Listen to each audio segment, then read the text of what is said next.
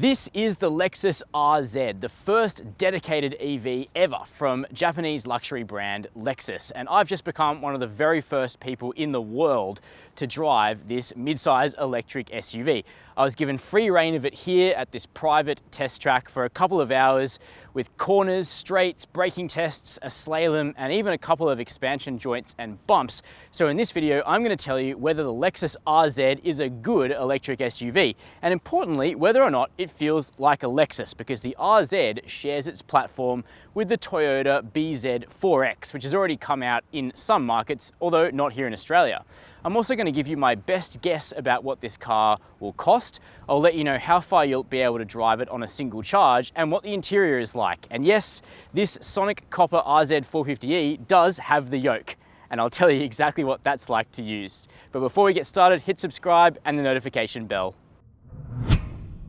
Let's start with the elephant in the room. The Lexus RZ has a yoke, just like a Tesla Model S Plaid, except that this one is hopefully finished a little bit better and has more longevity to it. I'm going to tell you what it's like to drive with the yoke in a couple of minutes, but first of all, let's actually just talk about what this thing is, because it's very different to an ordinary steering wheel. Firstly, it only turns that far, which makes it really interesting to use on the move and gives this car great agility at low speed. You've also got little indicator and wiper stalks coming off it, paddles for altering your regen braking, and then these touch sensitive pads that you can see the function of through the head-up display, and even headlight and wiper switches. It's like an F1 steering wheel, kind of. But you know, I don't hate it as much as I thought I would. In fact, I quite like it, and I'll explain why in just a minute.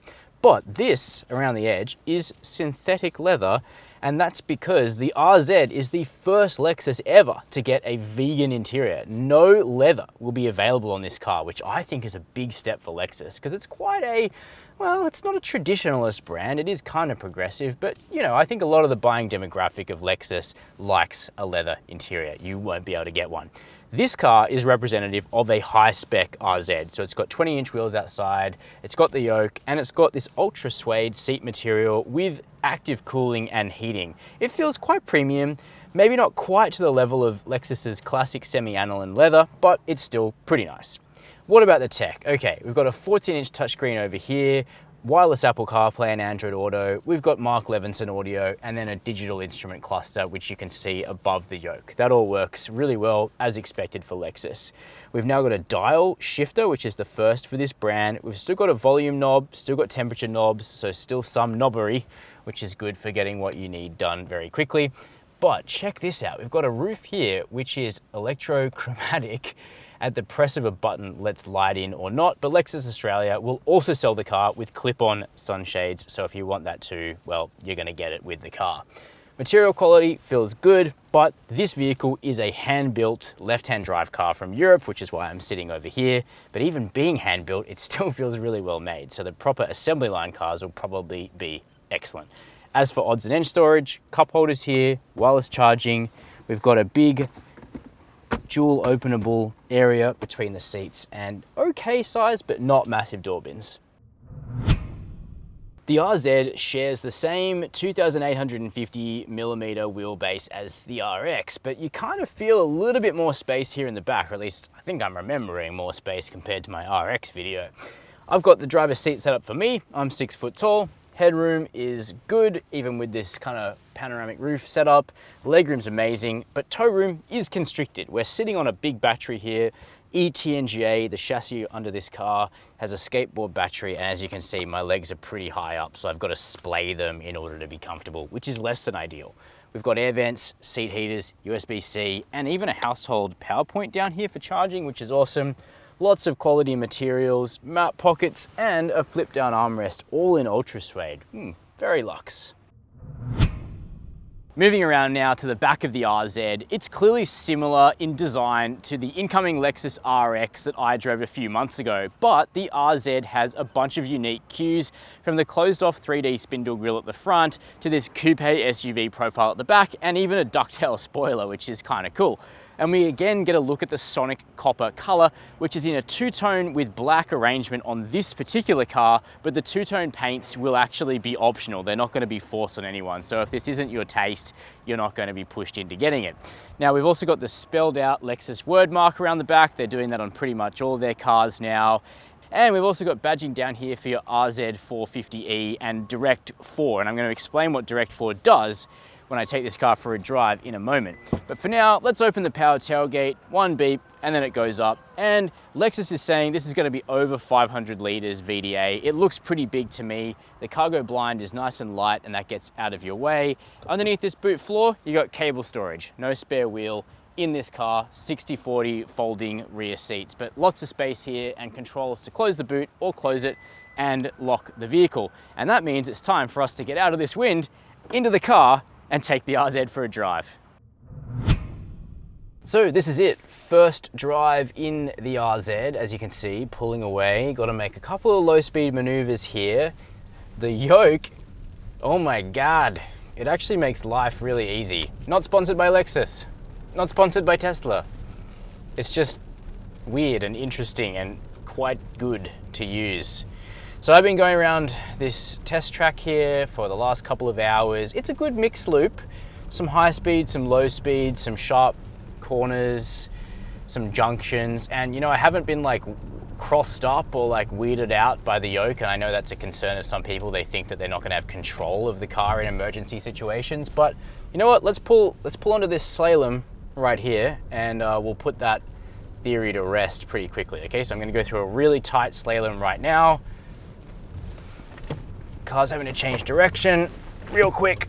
As you can see, no issues with the yoke. So for now, at least, I'm going to put that issue to bed because it seems fine.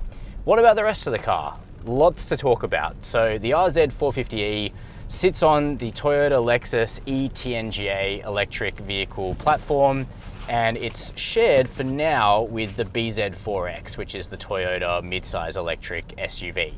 But I can confidently say that the RZ feels like the new RX to drive. So evidently work has been done to really tune the different variables of the platform to make this thing feel like a Lexus. And I know that kind of sounds like marketing speak, but I've driven a lot of new Lexuses in the last 18 months, and the RZ fits right in with the character of the new NX, the new RX, ES, UX, all that sort of stuff. It feels like a front-biased, mid-size Lexus. And that's a good thing because these cars are actually pretty good to drive. Now, what do I mean by front-biased? Well, the RZ450E is one powertrain of the RZ. There might be more later, but the car's going to launch around the world and here in Australia as an RZ450E, which is dual motor, so it's all-wheel drive, but the front motor is considerably more powerful in the system. It makes 150 kilowatts of power, whereas the rear motor makes 80 kilowatts of power, and the torque will probably be split in about the same proportion. So while the RZ can be completely rear-wheel drive, if the e-axles, which operate independently of one another, detect that there's no grip at the front, it can be 100% rear-wheel drive, but only with 80 kilowatts of power. That's the maximum you're ever going to get from the rear of the RZ450E, which is not a lot. But the total system output operating with all drive is 230 kilowatts, which is a good amount. And that leads me to why I think the RZ will cost maybe 130 grand in Australia. It's got sort of similar power and performance to the RX 500H, the top spec RX, which will launch in Australia soon. And that car is going to cost $126,000. So that's a turbo hybrid RX. This is fully electric. The appointments feel, you know, as nice as that car minus the leather. So that's why I reckon maybe 130. I hope to be surprised because that would be quite expensive compared to like a BMW iX3. So we'll see where the chips fall.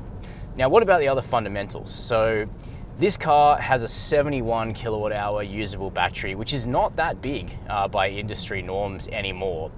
Lexus says the range is predicted to be 450 kilometers on the Japan WLTC cycle. Now, we don't really use WLTC at Chasing Cars.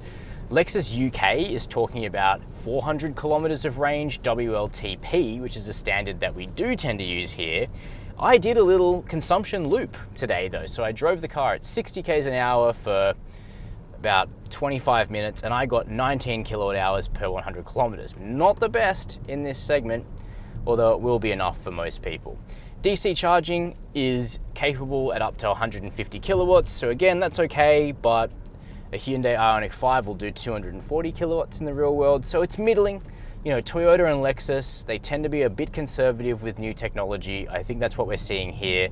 But putting the figures to one side, the driving dynamics of the RZ are actually really pleasing. I've spoken about how the yoke makes life easy, but the steering itself is actually really good. Not a huge amount of feel because it's steer-by-wire, so it's actually dialing out road feel, which not everyone will love, but it should mean you don't get pothole knocks through the wheel. But the actual handling of the car, the turning of the car, is really good. There's some body roll, I don't mind that. It's a little bit of driver engagement, I think, but we've got frequency selective dampers. They seem to contain the car well. It weighs about 2,100 kilos, which isn't too bad for an EV of this size.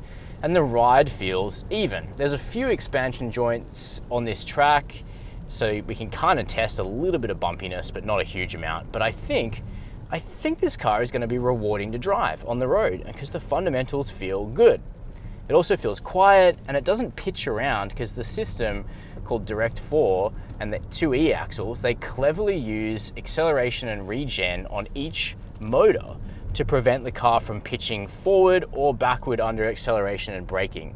And that just feels natural. It doesn't actually feel uncanny. It feels canny, normal, good. So there's that. I have seen the stability control light blinking a little bit from time to time under throttle. There's quite a lot of power here. We've got 20-inch wheels, Dunlop SP Sport Max tires, which are staggered, sporty. 255 wide at the back, 235 at the front. 0 to 100 should be about 6 seconds, maybe a bit under that. So it's not a slow car. There will be EVs that are quicker, like the Model Y Performance when that comes out here in Australia, but the RZ450e feels quick enough for me, a nice amount of pace. It handles well, the cabin's finished nicely. So yeah, it's all stacking up to be classic Lexus of the 2020s, which is good. I think the main question will be how much energy does it use in the real world and how much range therefore does it get, because it's feeling like it's kind of on the low side, but we'll have to do some proper real world testing to find out. But first impressions are really quite positive. So those are my very first impressions of driving the new Lexus RZ, which is going to be released here in Australia in the middle of 2023 and at other points in various other world markets. Now, this is a test track, so there's not too many bumps. So of course I've got to reserve all my judgment about the suspension. But what I can say is the motors in this car are very smooth, it's very refined and quiet, and the yoke steering wheel is tuned much better than I expected. I actually quite like using it, if I'm honest. You can let me know your feedback on that down below in the comments. As for what the car will cost, I reckon it's going to be pretty deep into six-figure territory given how expensive the new RX is, which is kind of like the hybrid and combustion sibling to the RZ. Now you can read more about the RZ over on the Chasing Cars website. I'll put a link down below the video. Keen to hear your feedback. We try and get back to as many comments as we can. Subscribe if you haven't already, hit that notification bell, and as always, thank you for watching Chasing Cars.